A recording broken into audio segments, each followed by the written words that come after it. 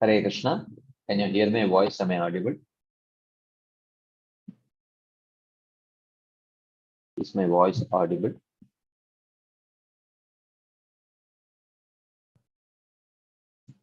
Okay, let's start.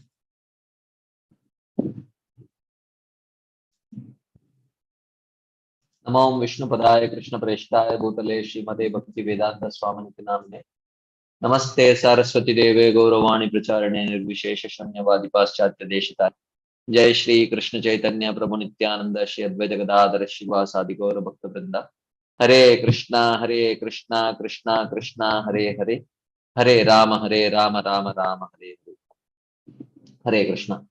So thank you all very much for joining today's session. So last week we completed the 5th chapter.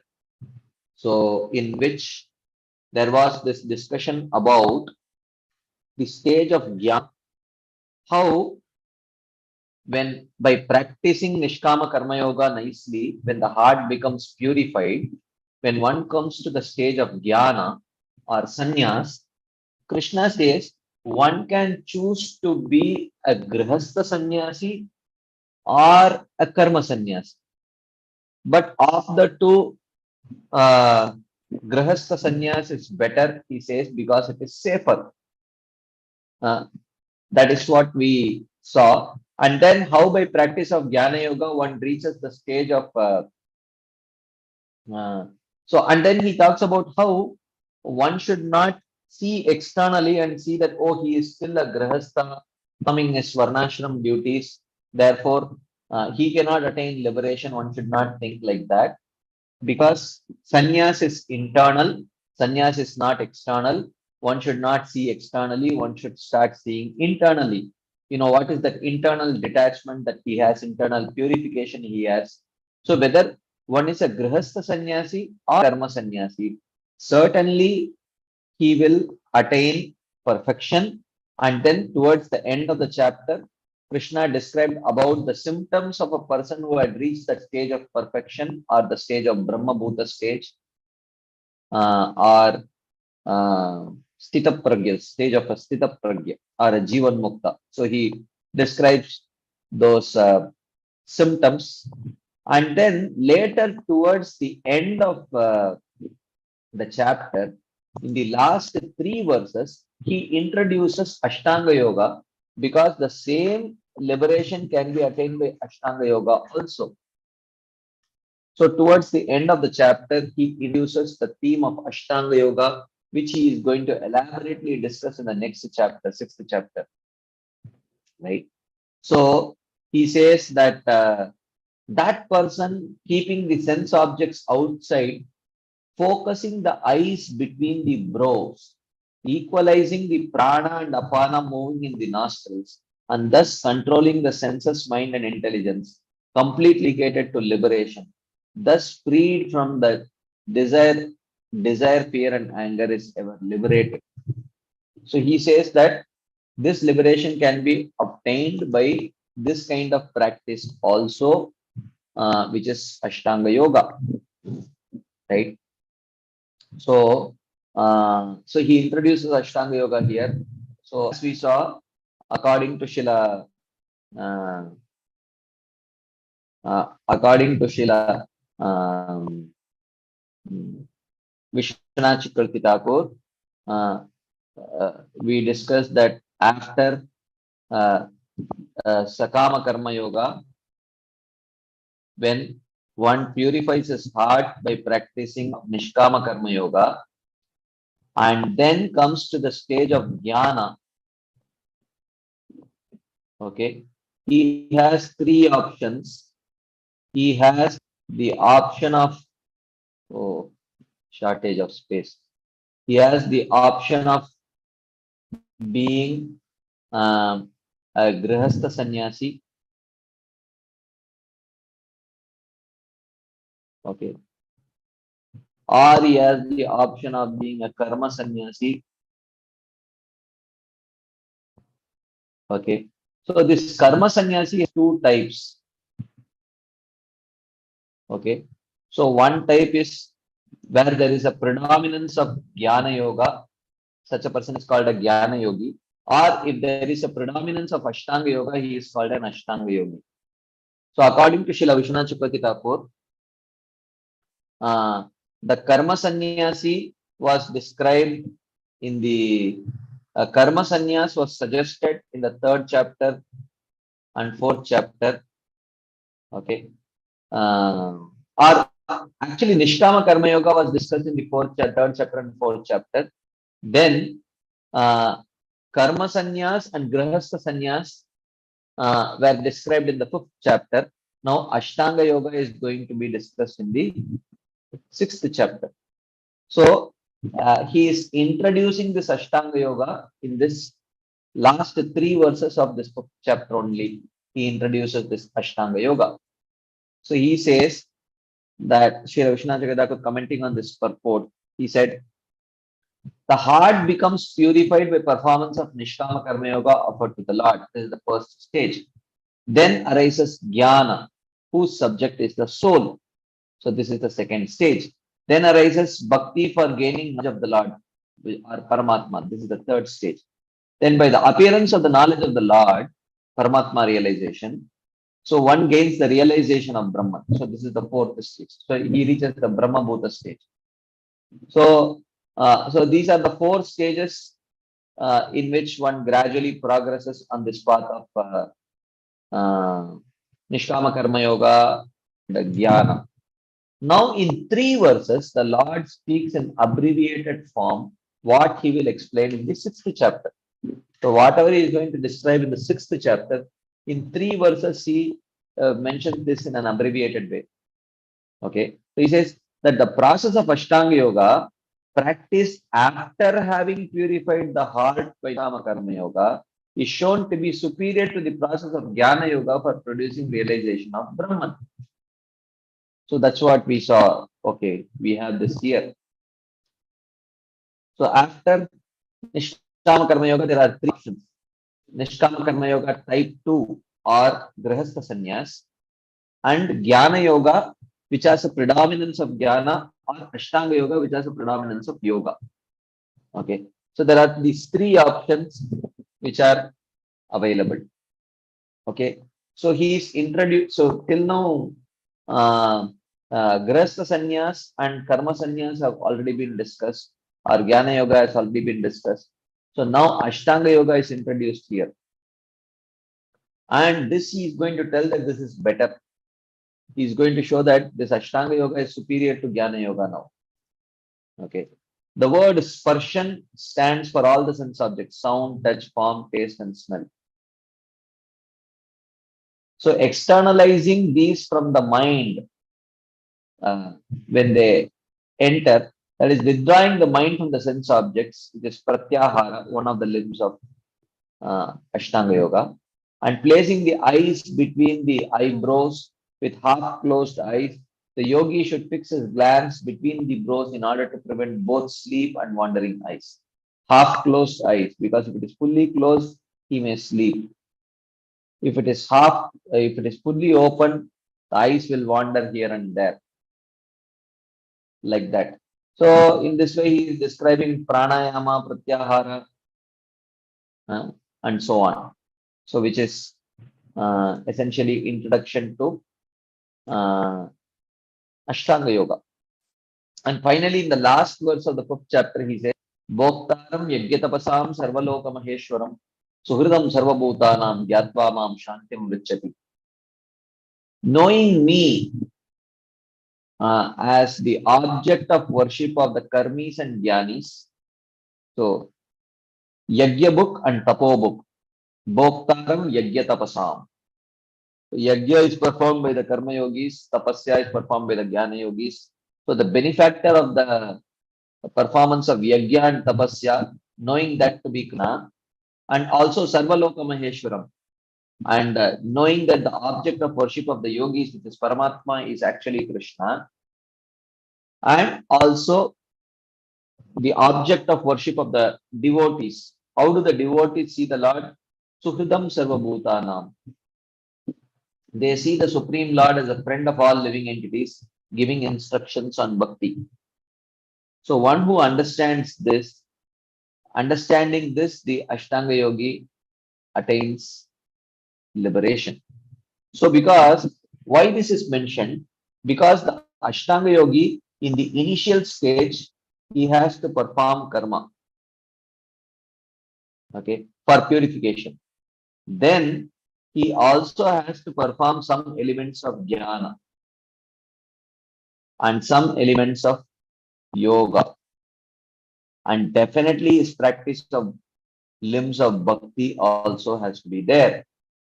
So, because he performs all of this, how does the Ashtanga Yogi attain liberation? He says that understanding that he is Bhoktaram Yajna. While he was performing Karma Yoga, he should understand the Lord to be the recipient of all the sacrifices, Yajna Bhokta.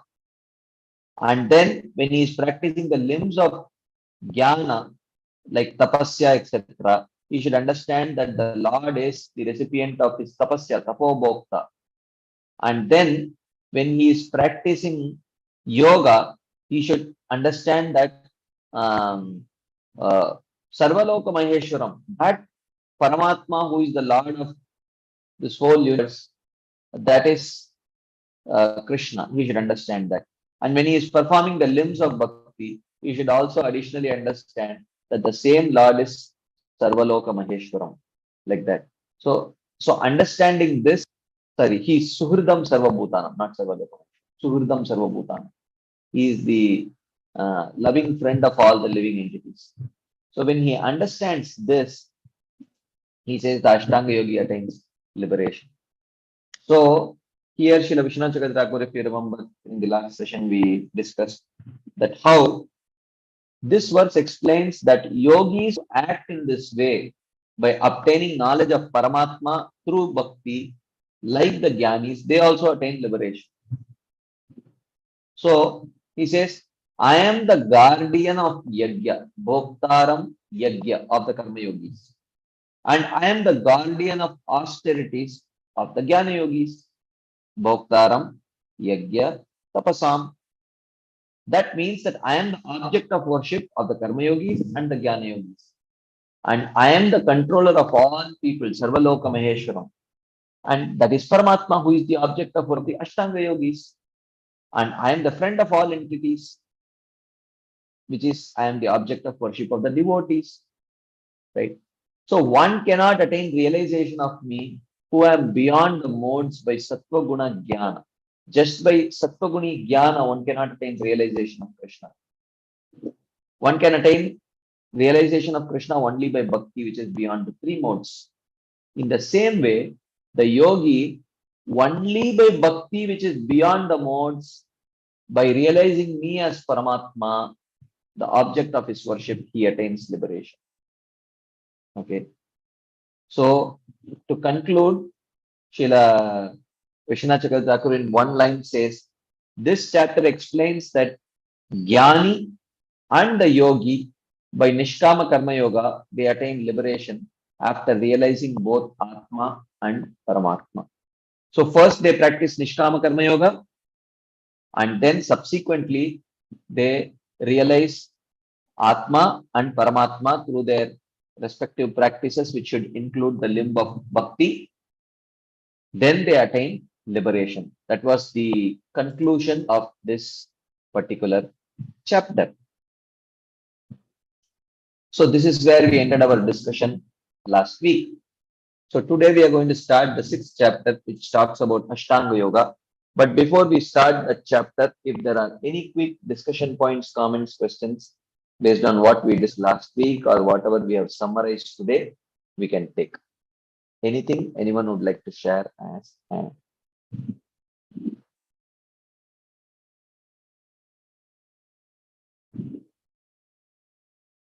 okay. If there is none, then we will continue our discussion. We will start. Okay, Shamli Mataji. Harivad? Yes, so Shamla. Yes. Prabhuji, this by any means does not tell that the Jnani Yogi or Karma Yogi will come to the stage of pure devotion. That is promised, na? Yeah, he is, no, that by practice of their Karma Yoga or Jnana Yoga, they will not automatically become practitioners of pure devotional service. No, that is not what is suggested. So, what is suggested here is, I will just add one slide here just to clarify. So, what is suggested here is, as I had mentioned, after Sakama Karma Yoga and Nishkama Karma Yoga,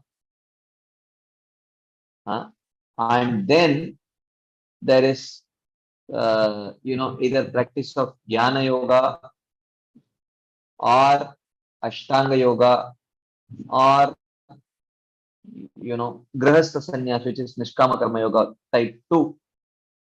So after that, which all is in this platform of Jnana. So after that, there is something called as Jnana Sannyas. So which means they have to give up the Sattva-guni limbs. Okay. So the Sattva-guni limbs are here. So the Grihastha Sannyasi should give up the limbs of Nishkama Karma Yoga, and he should give up the limbs of Jnana Yoga and Ashtanga Yoga. And similarly, the Jnana Yogi should give up the limbs of Jnana Yoga and the secondary Ashtanga Yoga that he is practicing. And similarly, the Ashtanga Yogi should also give up his limbs of Ashtanga Yoga and secondary practice of Jnana Yoga. So what will be left after the Jnana Sannyas is only Bhakti. But they should not give up the limbs of Bhakti, which they had been practicing parallelly. So, so that Bhakti should not be given up. So just before liberation, they are left with only their practice of Bhakti, and this Bhakti is beyond 3 modes. Bhakti is always beyond 3 modes. Because they have to attain liberation, and liberation is beyond 3 modes. They cannot attain that liberation while practicing processes which are within 3 modes.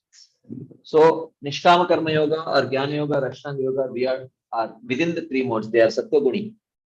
So they give up those Sattva-guni limbs, but retain the limbs of Bhakti which are beyond 3 modes. So they don't come to the stage of Shuddha Bhakti, but they do come to a stage where they are left with only the limbs of Bhakti, which is unmixed with Karma and Jnana, only in practice. In practice, it is without the contamination of Karma and Jnana and Yoga. But in aspiration, they are still aspiring for liberation only. So it's not Anyabhilashita Shunyam, but it is Jnana Karmadi Anavritam at the stage of Jnana Sannyas. So, but they do not automatically become practitioners of pure devotional service in terms of aspiration also. That can come only through the association of devotees, not automatically by the maturation of either the Karma Yoga or Jnana Yoga or Ashtanga Yoga. Naturally, one does not become practitioners of pure devotional service. Is that relevant to? Yeah. Thank you, Prabhuji. Yeah. So, in effect, it's only in the association of devotees that pure devotional service can be obtained. Correct. By jnana, or even if you are at the highest level of Gyan Sannyas or Ashtanga Yogi, and you achieve that topmost level, still, even at that stage, devotional service will not come unless there is a devotee who propagates it for you. Yeah, pure devotional service will not come. But bhakti is there, but pure Yeah, devotion is not there. yeah, secondary, as a secondary limb, they were practicing bhakti. So that bhakti will be there. But that bhakti is not anyabhilashita shunya bhakti. Correct. Not anya abhilashita shunyam, so it is not pure devotion.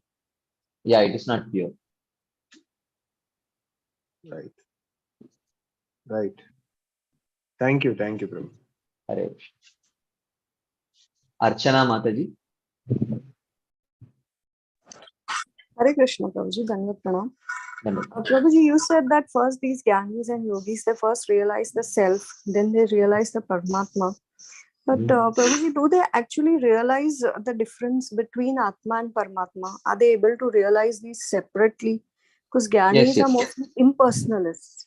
And Yeah, impersonalists are of two types. Impersonalists Brahmavadis. who are Mayavadis, who think that Atma and Paramatma are same. That is, they don't attain liberation. And but here the proper Jnana Yogis and Ashtanga Yogis, they do clearly understand the difference between Atma and Paramatma. They don't mistake them to be the same. Okay. Then after realization of Paramatma, what do they do, Prabhuji? I mean, there is like no sort of exchanges between. Yeah, yeah, there is no exchanges because they don't want any exchanges. So they just meditate on it and do Yeah, nothing. yeah. Okay. Thank you, Prabhuji. Hare Krishna. Okay. So now let us move on to the 6th chapter, where we are going to discuss Ashtanga Yoga.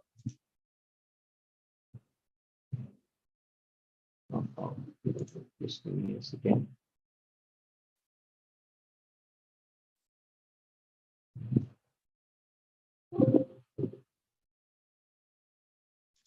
Let me share the screen. Okay. So we will start the 6th chapter now, which is chapter on Ashtanga Yoga or Jnana Yoga.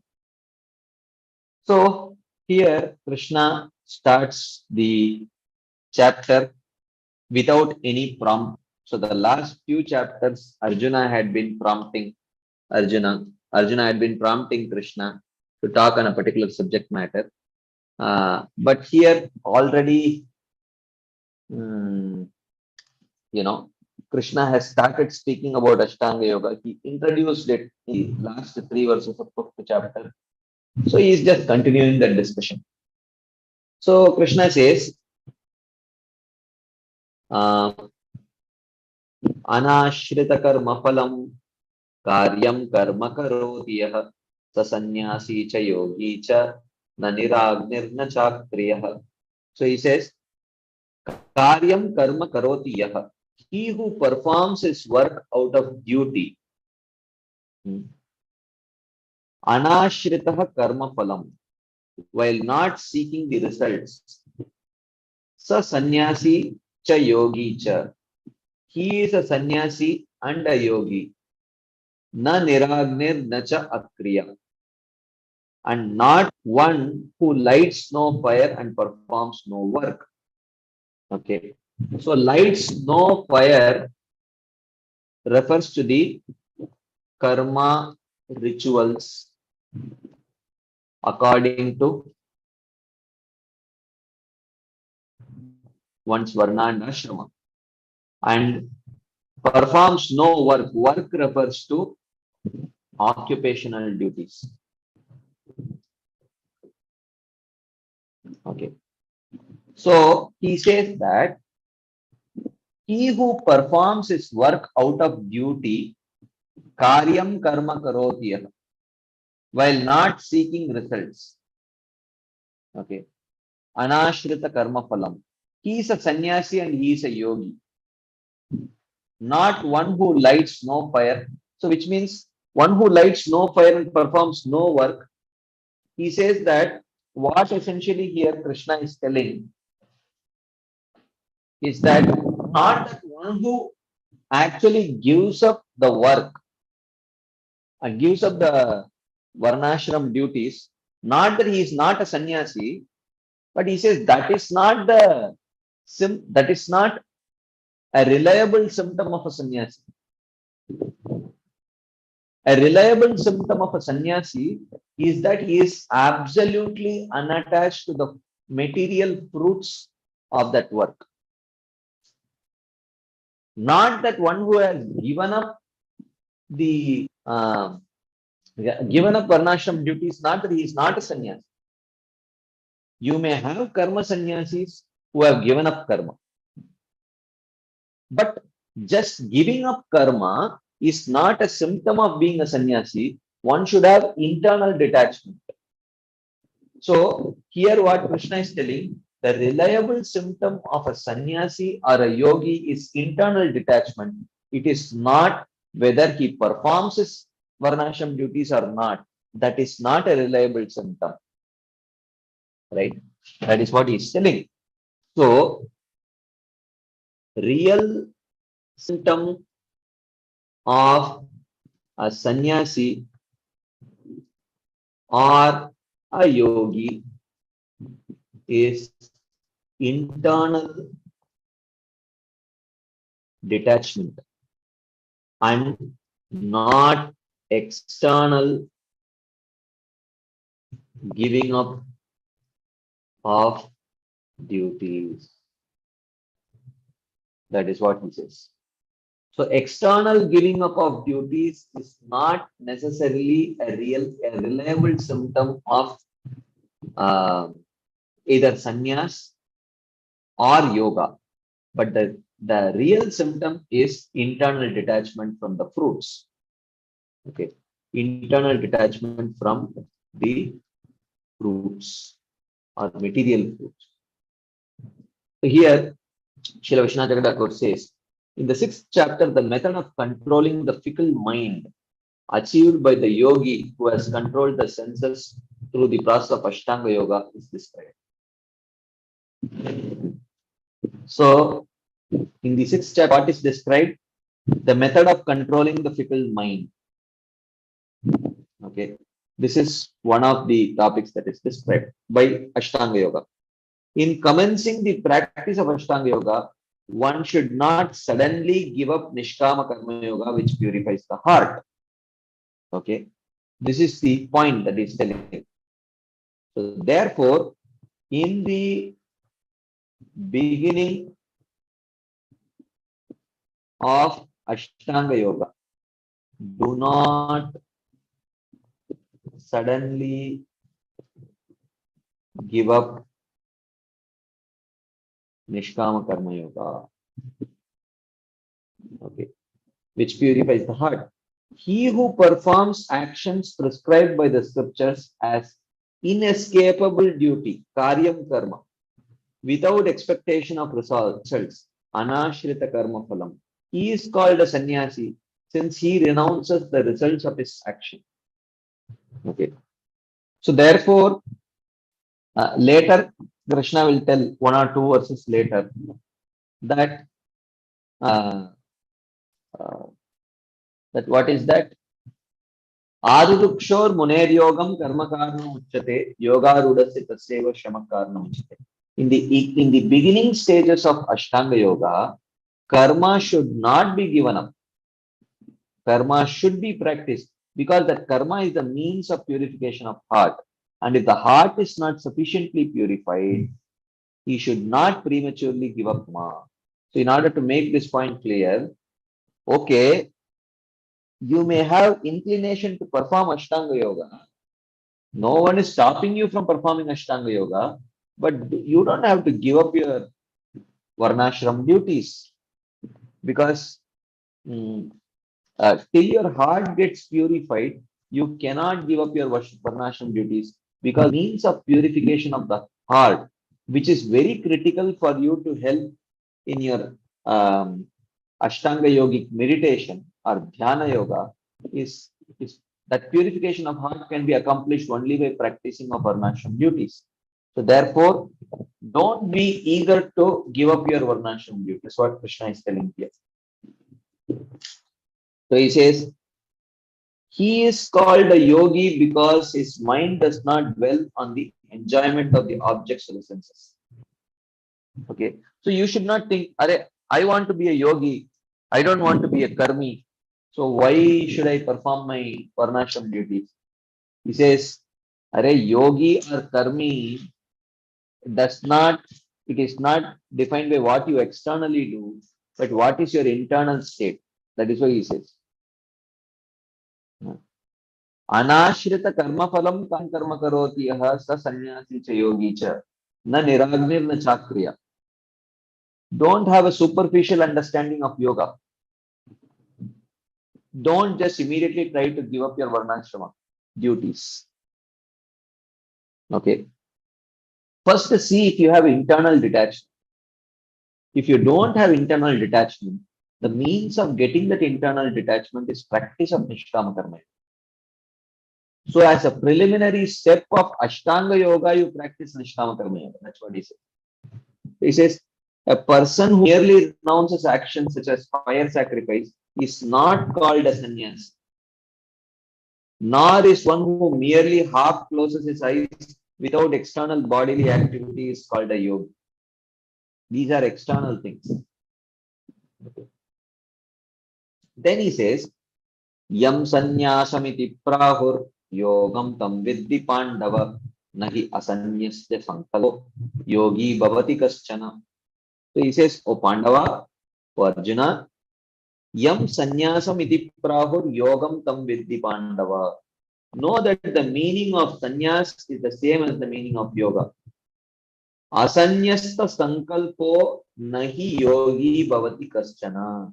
One who has not given up desire in his actions, a desire for fruits in his actions, he can never be a yogi. Okay.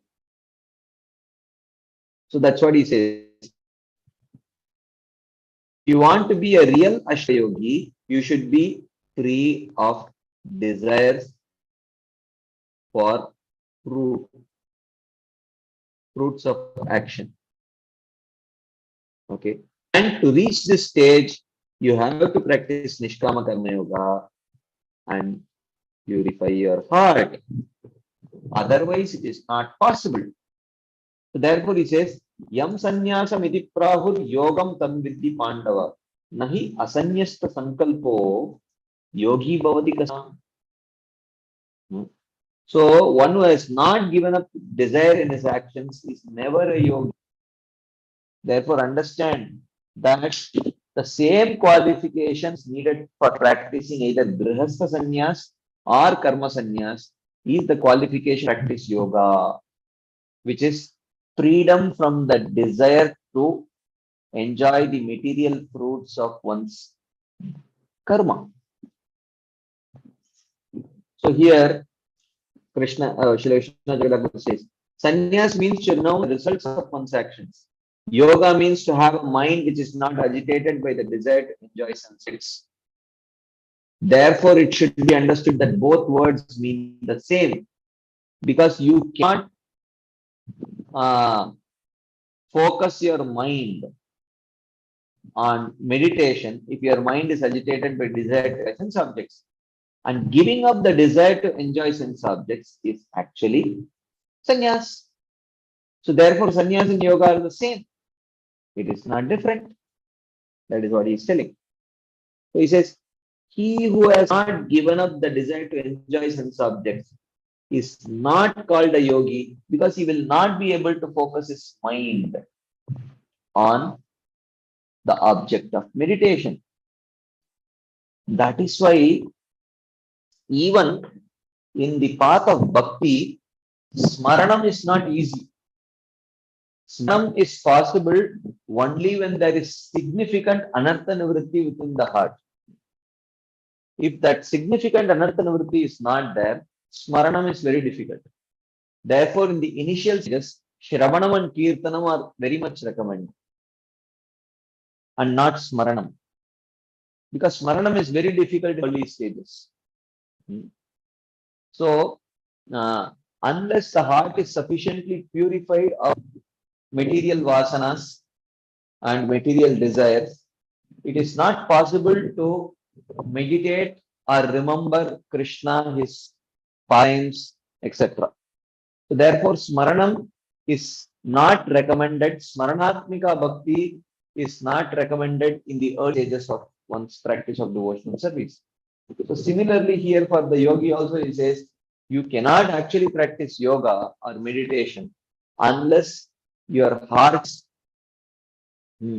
purified of the desire to enjoy material fruits. Right? So that's what he says. He who has not learned the desire to enjoy objects is not called a yogi. Okay. And then continuing in the same mood, he says here, Arurukshor Muner Yogam Karma Karana Muchate Yogarudasya Tasyaiva Shamakarana Muchate. Yogam Arurukshor Munehe, for the Muni, for the sage, wishing to attain yoga. Yogam Arurukshoho, one who is desiring to attain yoga, or such a person, Karma Karana Muchate. Action. Here, action refers to Nishkama Karma Yoga, performance of his Varnashram duties, is said to be the cause of elevation, because here in the initial stages, elevation means purification of heart. This is the initial stage.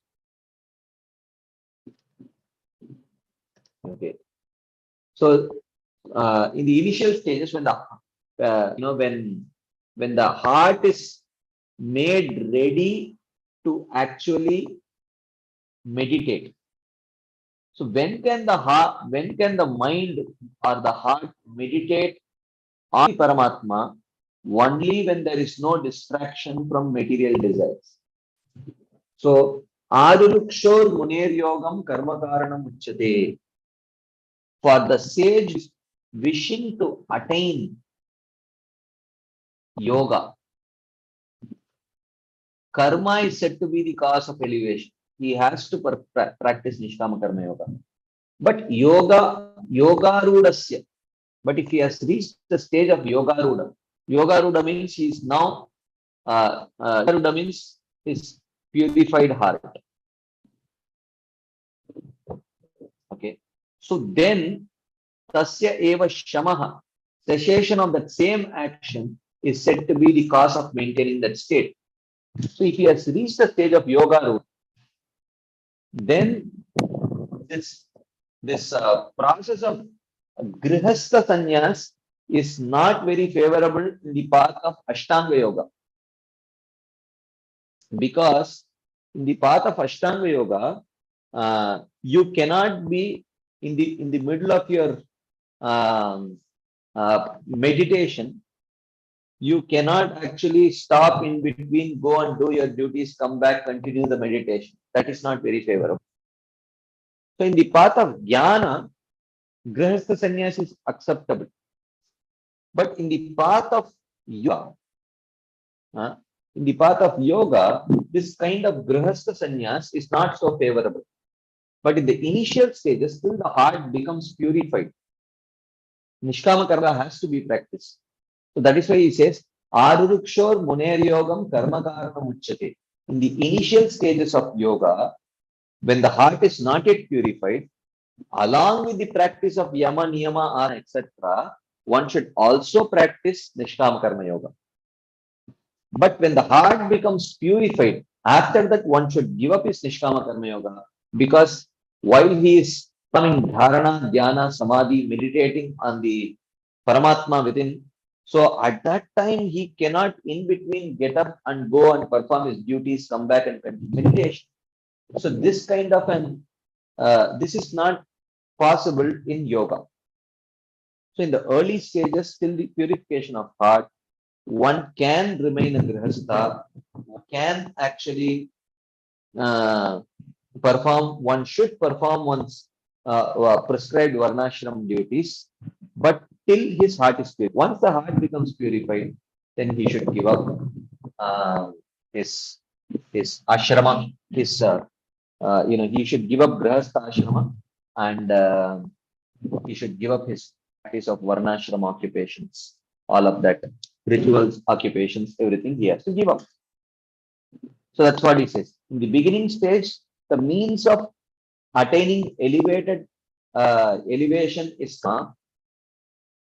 But for one who has already attained the stage of yoga ruda, then the means of maintaining that state is actually cessation of action. You should give it up. So here, Srila Vishwanath Chakravarti Thakur says, but the practitioner of Ashtanga Yoga would have to practice Nishkama Karma Yoga for his whole life. So this is a question. Should he practice Nishkama Karma Yoga for his whole life? So this verse therefore speaks of the limits of Karma Yoga.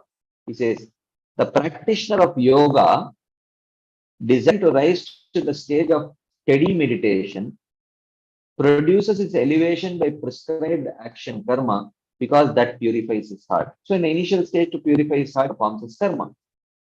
But one who has attained the steadiness in meditation, yoga rudasya, maintains level by cessation of all actions which produce agitation.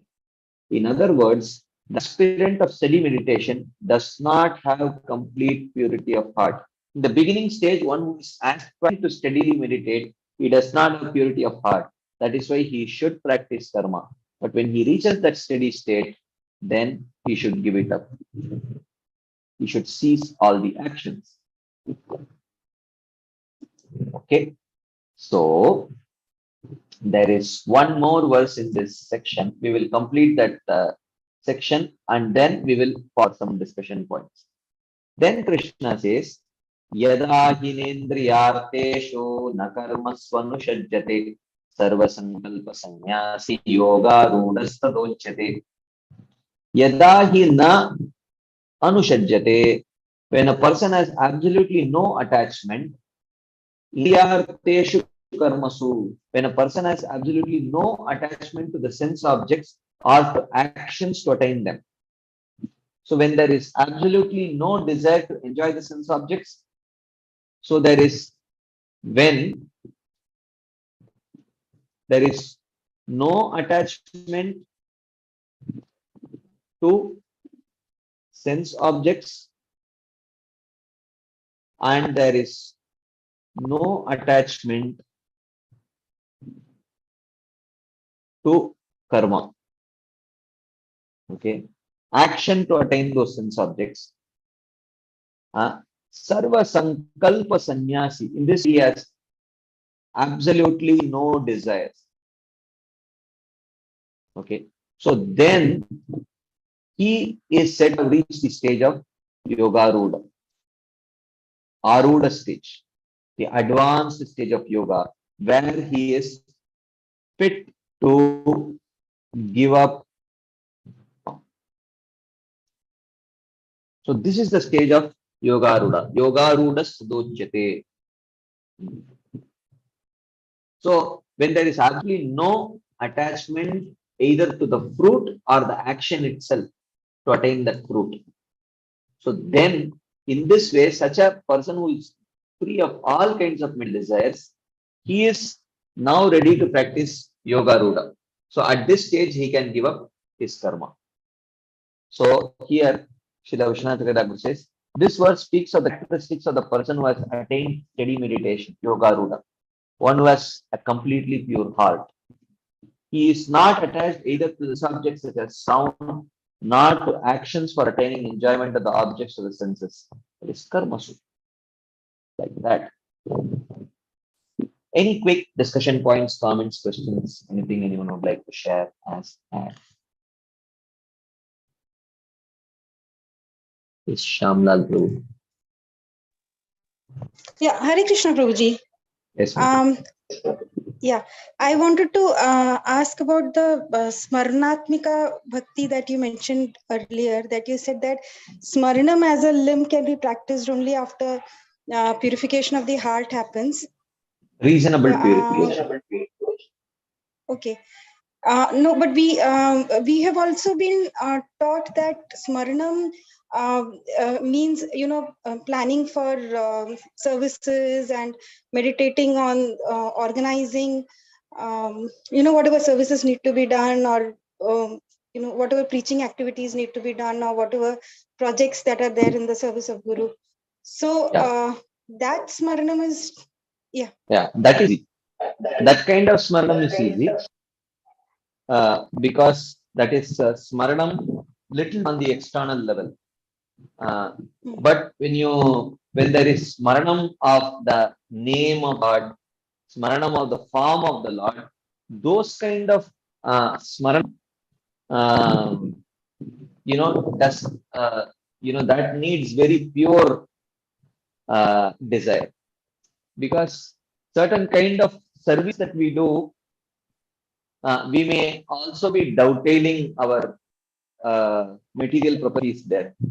So that kind of meditation is not that much on the pure level. So we may like organizing, that may be our something which very naturally comes to us, and we may be very rightfully dovetailing it in Krishna's service. So wherever that kind of a dovetailing of our material propensities is involved, that smaranam becomes easy because we already have an attachment to it. But when we have not yet developed attachment to the core aspects, like the form of that, the holy name of the Lord, the the Siddhanta. So there, Smaranam does not come very naturally. One has to force one. So where that dovetailing is not involved, where your attraction is not any material propensity, but purely to the form, that kind of smaranam becomes very difficult actually. But otherwise, what you say, um, seva smaranam or seva dhyanam is very much a limb of do service. But but yeah, so that kind of smaranam is easy because that's smaranam is more. It has a very strong connection with our material propensities, even though we are rightly dovetailing it in Krishna's service. Is that relevant, Makil? Yes, Prabhuji. Yeah. Thank you. Right. Anything else anyone would like to share? As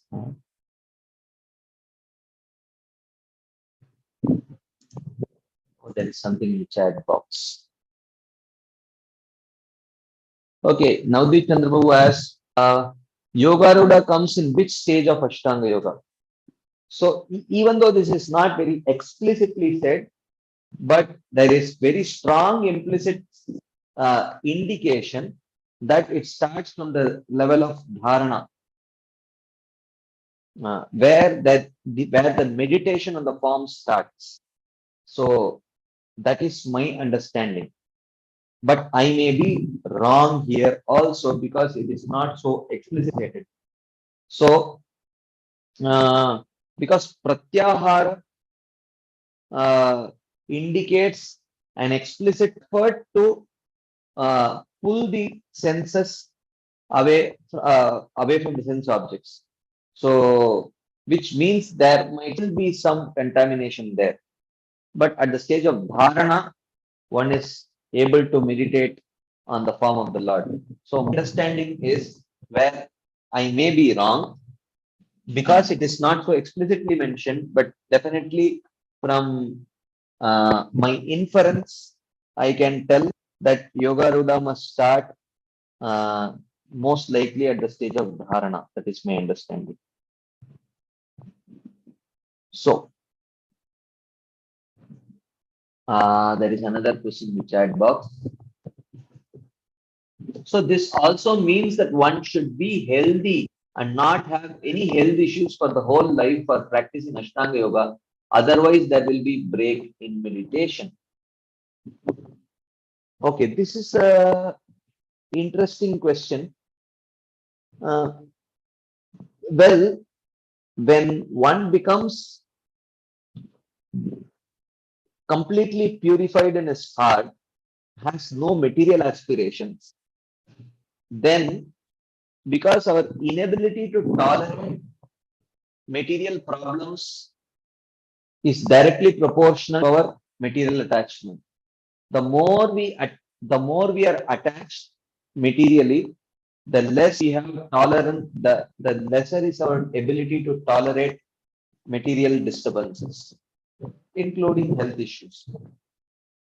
But if one becomes fairly um, mm, detached or completely detached, so then to that extent there will be ability to tolerate material inconvenience, including health inconveniences.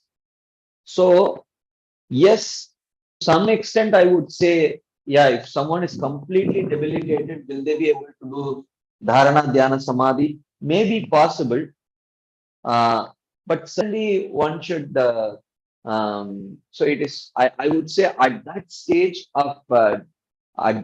of purification of heart, it has minimal connection with the health as much you can say in our lives. You know, we are sadhakas, we are still very much not at all not so purified. So we do have a lot of material attachments. So therefore, our ability to tolerate uh, material miseries and continue with our practice is very less. But when the heart becomes more and more and more purified and detached, then the ability to tolerate, uh, adhyatmic, adibhautik, and adidaivik kleshas will be very high. So, so is a healthy body absolutely essential for perfection of Ashtanga Yoga at the stage of Yoga? Probably not. Probably not so much. This is my understanding. Okay. Anything else before we move forward to the next section? So where he is going to discuss about the Yoga Rudha stage of Ashtanga Yoga. Okay. So if there is none, then we will continue our discussion. So the Yoga Rudha stage. So he says, Uddharedatmanatmanam natmanam avasadayet atmaiva atmano bandhur atmaiva ripuratmanah. So in the previous verse, he mentioned that when a person has absolutely no attachment either to the sense objects or to the actions to attain those sense objects, he has absolutely no other desires, then he is said to be at the stage of Yoga Rudha. So now he says that Uddayat Atmana Atmanam. One should deliver the soul by the mind. So Atmanam here refers to the soul. Atmana means through the Atma. So here it refers to mind. So one should deliver the soul through the mind, which means while in the conditioned state, mind plays a very critical role in in the soul achieving liberation. Okay. So the mind, so this talks about uh, the critical role of mind. This verse talks about. So one should deliver the soul by the mind. Uddharet atmana atmanam na atmanam avasadayet. And one should not degrade it. Atmaiva hi atmano bandhur.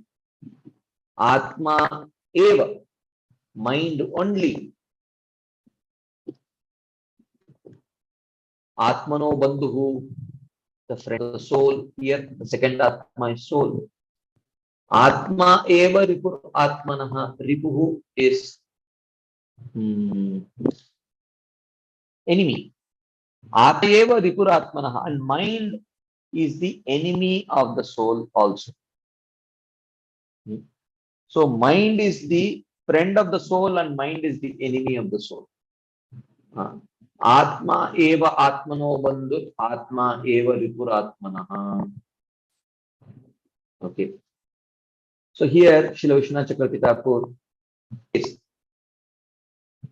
since the soul has fallen into the well of samsara by attachment to objects of the senses, with effort one should deliver the soul. With effort. One should deliver the soul by the mind, which is devoid of attachment to objects of senses. Which means the mind has to be cleansed. So when the mind is cleansed, then it will deliver the soul by focusing on liberation. But if the mind is not cleansed, it will pull the soul down. So one should not let the soul fall into the well of samsara by the mind, which is attached to objects of the senses. Therefore, the mind is both the friend and enemy of the soul. Atmaiva hi atmana bandhur, atmaiva ripur atmanaha. That is what Krishna says here. Then, in the next verse, he says, Bandhuratmatmanastasya yenatmaivatmanadha anatmanastu shatrutve vartet atmaiva shatruvat. Atma bandhuhu, the mind is a friend, tasya atmanaha, of that soul. Yena atmaiva atmanajitaha, which has conquered the mind. Okay. The mind is a friend of that soul which has conquered the mind. But the mind is an enemy of that soul which has not controlled them. Anatmanastu atmaiva shatruvat shatrute varteta. Like a real enemy, the mind also acts enemy, showing enmity. Enmity means what? The soul wants to achieve happiness of self-realization, of liberation. But mind, like an enemy, plots against the well-being of the soul. So the problem. So he says, the mind is whose friend and whose enemy? He says this verse. Answer. Mind is a friend causing benefit to that jiva who has conquered the mind. And the mind acts as an enemy causing harm to that jiva who does not control the mind. Okay, like that. Any quick discussion points, comments, questions?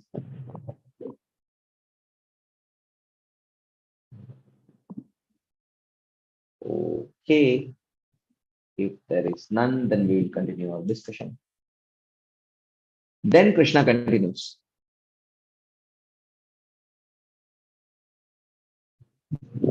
Jitatmanah prashantasya paramatma samahitah shitoshna sukha dukkheshu tata manapamanayoho. Jitatmanah. But for a person who has conquered the mind, prashantasya, and he is very shant, without agitation. He is not agitated by attachment. Prashantasya. Prishta rupena shanta. He is completely devoid of all kinds of attachments. Atma param samahitaha. He has his soul situated in a deep trance. So is a yoga ruda person. Okay, description. Okay. Jitatmanah prashantasya atma param samahitaha. The yogi who has conquered the mind and is devoid of all attachments has soul situated in deep trance. Okay. Shita, Ushna, Sukha, Dukkha, Mana, Apamana. In all these kinds of situations of dualities, he is not affected. So like we were discussing, right? The ability to tolerate comes from our detachment or purification of heart. So here is a person who is completely detached. So therefore, Shita Ushna, okay, Shita Ushna is on the physical level. He is able to tolerate. Sukha Dukkha is on mental level. Mana Apamana is on the false ego level. So there is tolerance at the level of body, at the level of mind, at the level of false ego. Okay. Why? Because Prashantasya, he is free of attachments, and Jitatmanaha, he has conquered his mind.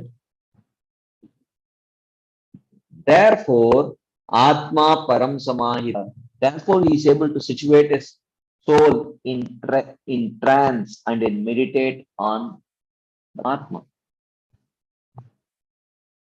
In all conditions, Shita Ushna Sukha Dumana Apamana. Okay, this is the description of a person who has reached the stage of yoga. So here, Srila Vishwanath Thakur says that 3 verses show the qualities of the person who has attained steady meditation, yoga runa. The yogi who has controlled the mind, Jitatmanaha, who is devoid of attachment to objects, Prashantasya, has his soul completely situated in Samadhi, Atma Param Samahitaha, in all conditions of duality, heat and cold, happiness and distress, respect and disrespect. Any quick discussion points, comments, questions, anything anyone would like to share?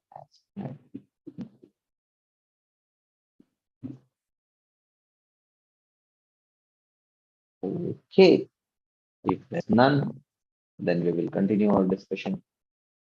So now, the next verse, which further describes the position of a Yogaruda. Jnana Vijnana Tattatma Kutasto Vijitendriya Yukta iti Uchyate Yogi Samaloshrashma Kanchana.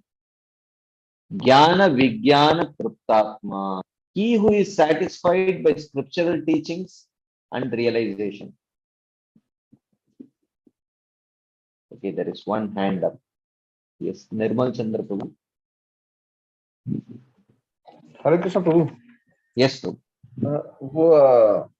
Just a thought came in my mind that Yes. he is stable in Shita Ushna Sukha Dukkha Tatha Mana Apmana. For he's Sukha Dukkha, he's a Man Apman, or he's a Shita Ushna consequences. But for other Shita Ushna Sukha Dukkha Man Apman, what is his stand for that? Oh, is he sensitive about others? That's what you're talking about, right? Yes, Prabhu. Yes. Yeah, I think, yeah, because this is talking about an Ashtanga yogi,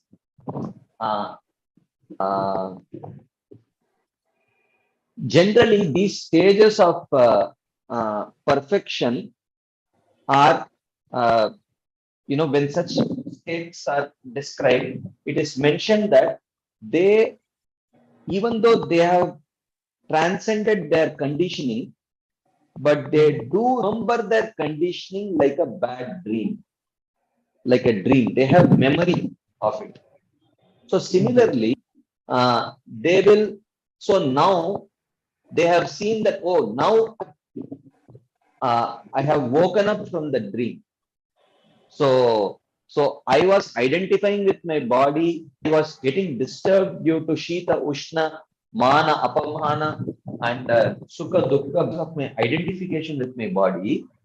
But now that I am woken up and I have realized that I am this body, but I am a spirit soul aspiring for liberation. So he is not at all, he is not affected, but still he remembers his past state like a dream. Uh, so in Bhagavatam, there is a mention about, yata supta buddhasya, like that, like a person who has woken up from his sleep.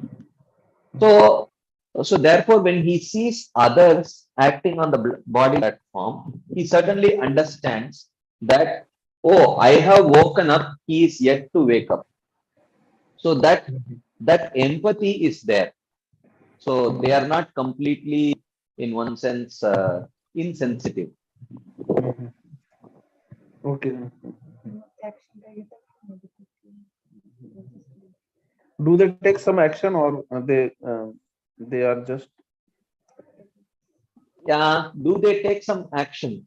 In terms of Ashtanga yogis, they may not, because they are generally reclusive people. We will see in the thread of Ashtanga yoga also. They want a very, they want seclusion, and they go and practice there.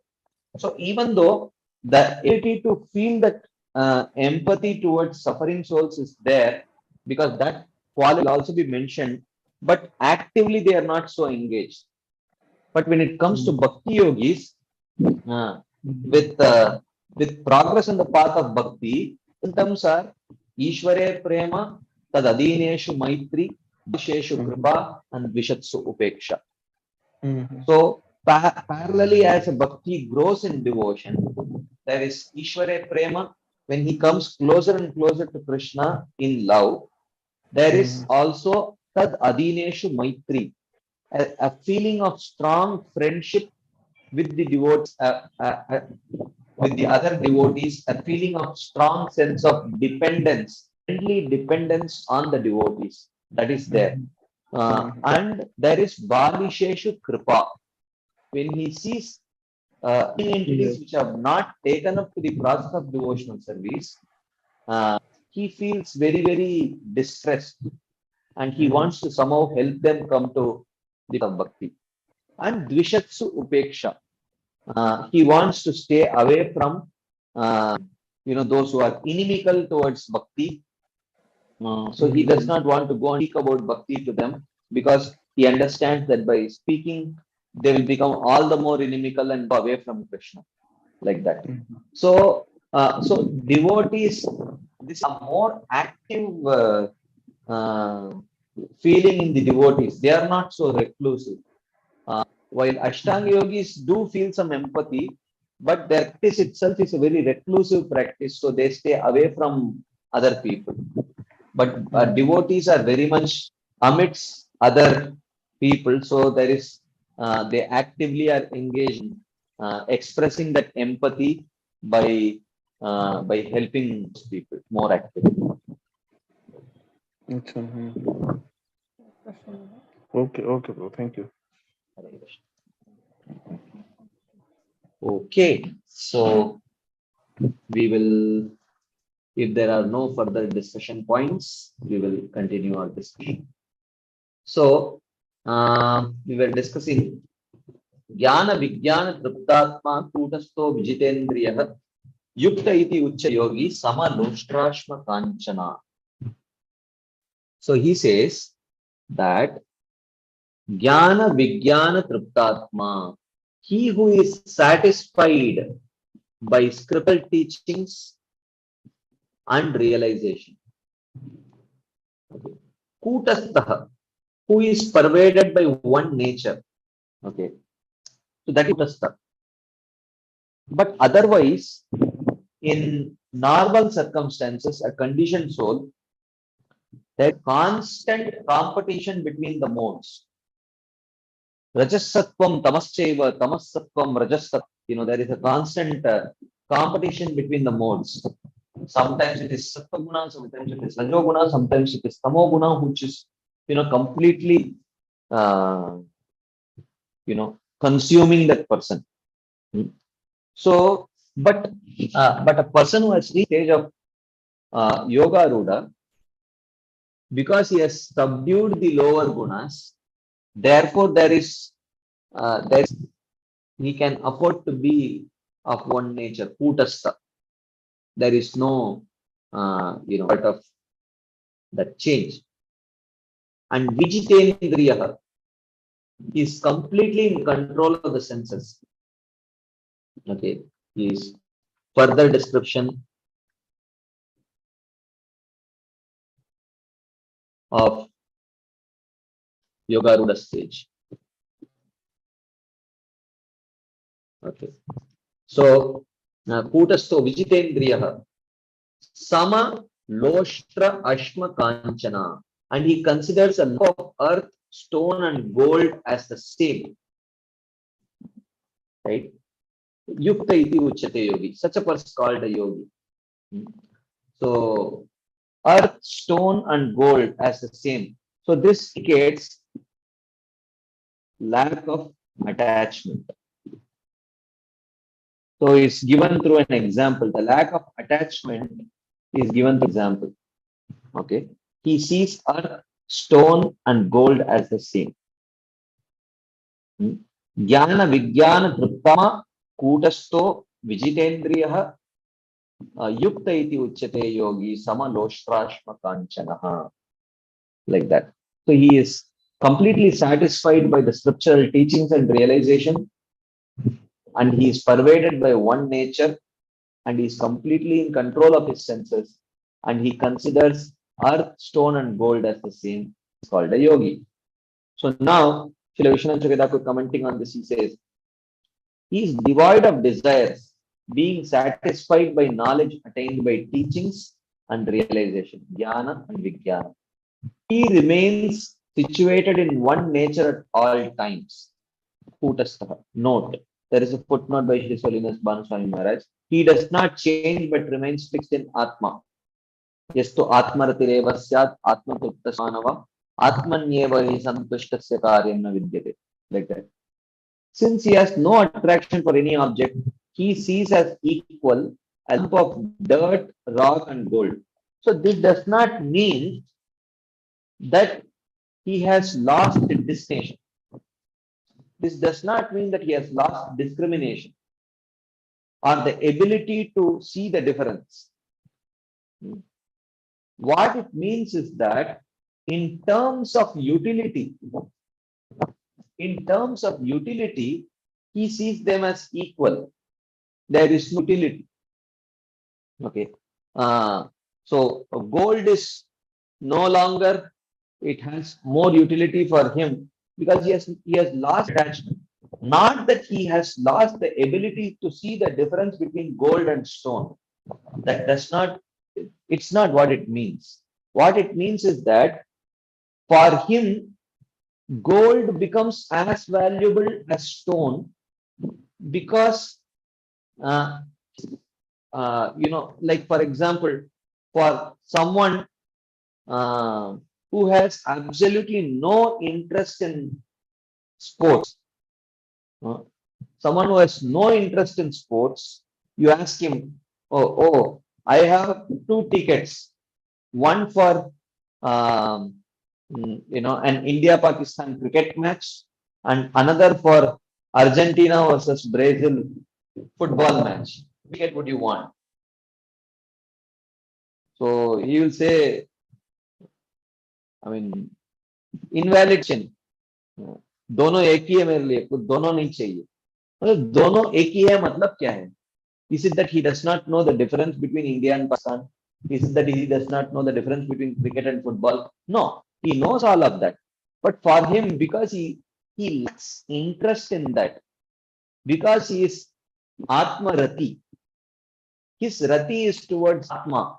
Therefore, Loshtra, Ashma, Kanchana, everything is same for him. Not that he cannot differentiate them. They all are equal in the sense they are equally valueless for him. But he can still see the difference between them. That ability, discrimination is certainly there in him. Any questions, comments, discussion points?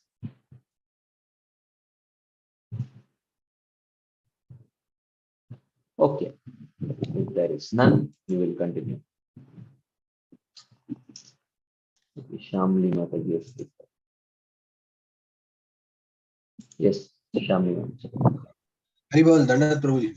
That's all. So, Prabhuji, in the second chapter also, Mhm. Matra Sparshas tu Kaunteya Shitoshna Sukha Dukkada, the same concept comes, Mhm. right?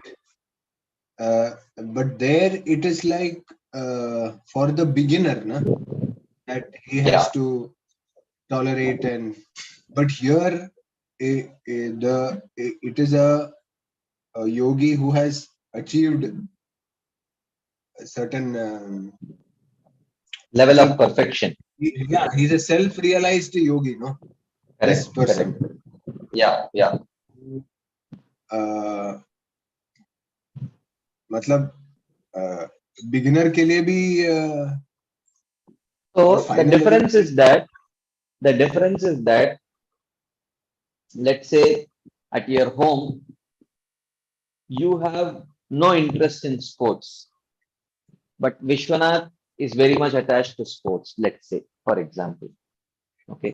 So, um, so when describing Shamlal Prabhu, I say Shamlal Prabhu is completely, you can say, as he has 100% tolerance to sports.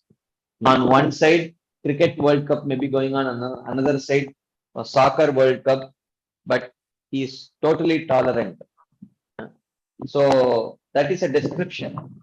But when it comes to but when you're talking to Vishwanath, you may tell, look, Vishwanath, I understand that you are very much attached to sports, but you should understand that, if you want to score well in your exams, uh, at least during exam times, you should tolerate your urge to watch sports, right? So this is an instruction.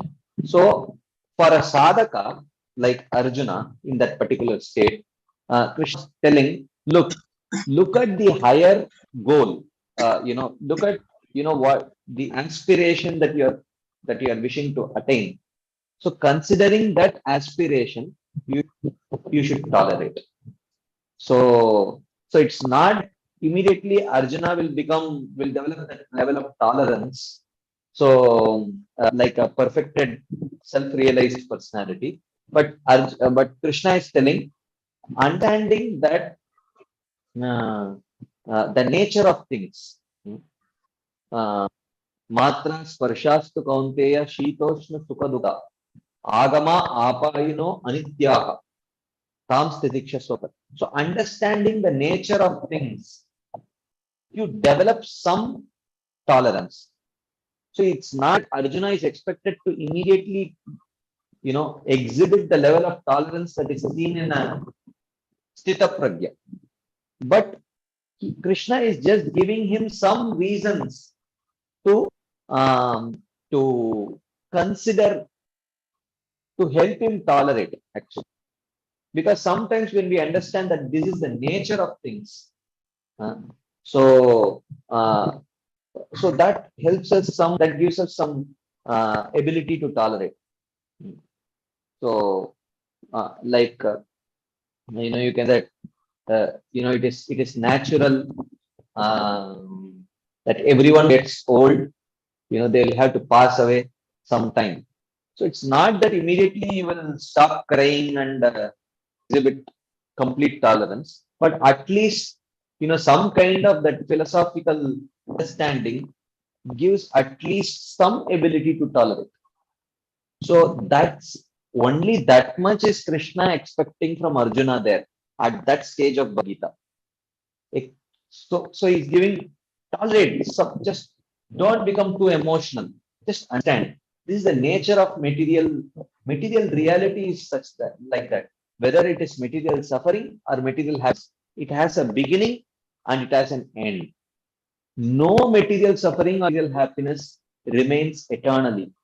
So understanding this nature, cool down. That's what he says. So it's not that Arjuna is expected to immediately exhibit that kind of tolerance that is seen in self-realized souls, like that. Is that right? Yes. Okay. Thank you, Prabhuji. Anything else before we move forward?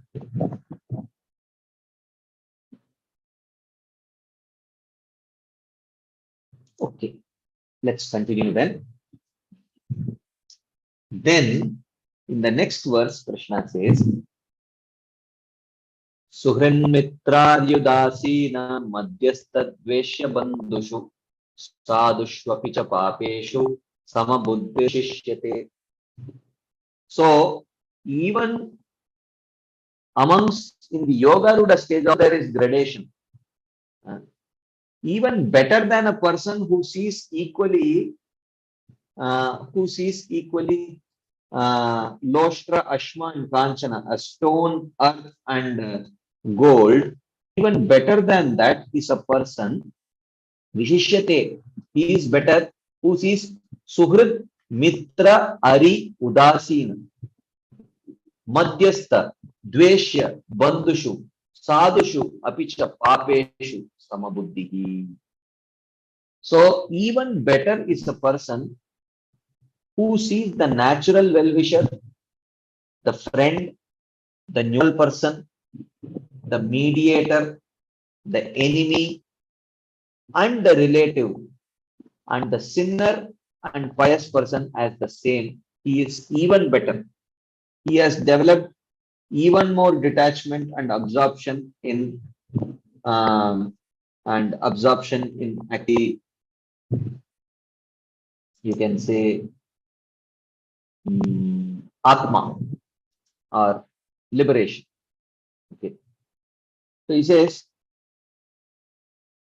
oh, okay. The yogi sees he the person who wishes one well by his nature, one who actually does good out of affection, the mitra, the who is Ari, one who is neutral in times of conflict or honor, Udasina. Okay. And Madhyastha means the mediator who tries to resolve conflict between the two sides. He is a Madhyastha. And Dvesha means the person who deserves hatred because he harms one. Or Bandhu means a relative. And Sadhushu Apicha Papeshu. Sadhu is a follower of Dharma. Api is a follower of Adharma. So the yogi sees all of them equally. And this position is superior to that of seeing dirt and gold as the same. Okay. So because this one is on the level of emotions. Okay. Which this while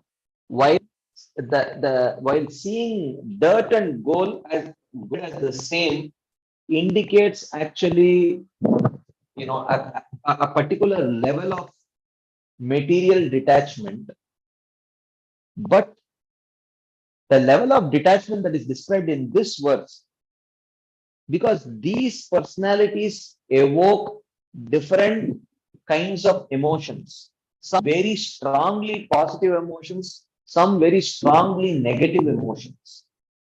But if one has come to the stage of the ability to tolerate such strong positive and strong negative emotions, being equipoised in both, he has reached a higher stage of yoga ruda. That is what this was. Any discussion points, comments, questions?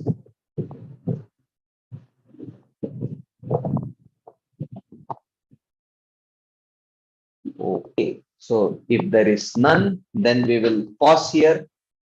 I think we are completing 4 minutes early, but still we have managed to come 9 verses today. And not that we did not have questions, we did have questions. We had discussions in 9 verses. I think it's a record. So, anyways, thank you all very much for your patient listening. Happy Gaur Purnima to all of you. Meet you all next week on Friday. So then, Hare Krishna. Thank you very much. Srila Prabhupada ki jai. Srila Vishwanath Chakravarti Thakur Pad ki jai. Srimad Bhagavad ki jai. Hare Krishna.